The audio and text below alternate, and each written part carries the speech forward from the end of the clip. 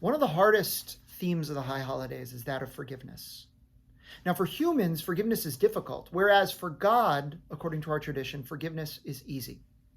God is called chen in our tradition, which means graceful. And the definition of grace is loving someone even if they do nothing to deserve it. And so therefore, because every single one of us is sinful, we are problematic, we have done wrong, God is able to just open God's heart and forgive us. But we know that that is not the case for human beings. We know that many of us hold grudges, many of us are angry, many of us hold on to things from long past, and we will not let it go. And our tradition says a lot about the notion of what it means to forgive.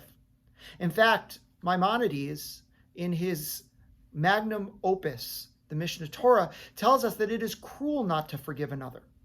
And he bases that on a teaching by our ancient rabbis about Abraham, who was wronged by a foreign king, but nevertheless prays for that king's well-being and forgives him.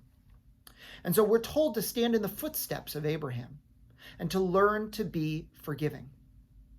But we know that we're not always ready to do that. And just because September or October rolls around doesn't mean that we're ready to open up our hearts and let someone in who's been toxic and who has really wronged us. And so for me, I come back over and over again to two really beautiful teachings about the nature of forgiveness. Now, one thing to know is that there are many levels of forgiveness. There's a forgiveness that brings someone in and says, I accept fully and understand what you did.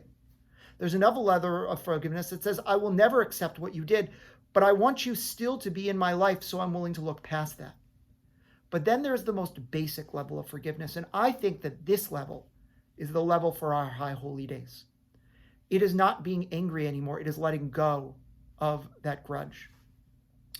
Hanan Harchel, in one of his beautiful teachings that he put together with cartoons that you can find online, likens kicking someone out of your brain to the act of forgiveness. He says that we often are landlords giving rent-free space in our heads to people as we hold on to the anger that we wish that we could show them. And Harold Kushner, another great teacher, likens that same metaphor to holding a hot coal, ready to throw that coal at someone when they walk by, but knowing that they're never going to come by. And so all in the while, you're just burning your hand. Whether it's kicking someone out of your brain or dropping that coal, the goal of the High Holy Days is to figure out a way to do that most basic level of forgiveness. Not for the other person, but for yourself. Because grudges and anger are a rot that eats you from the inside. It is a poison that is meant for someone else that you drink yourself.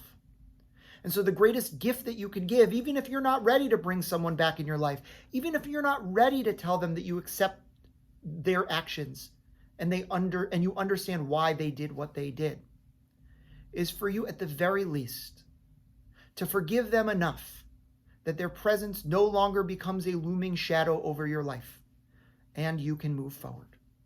Shana Tova.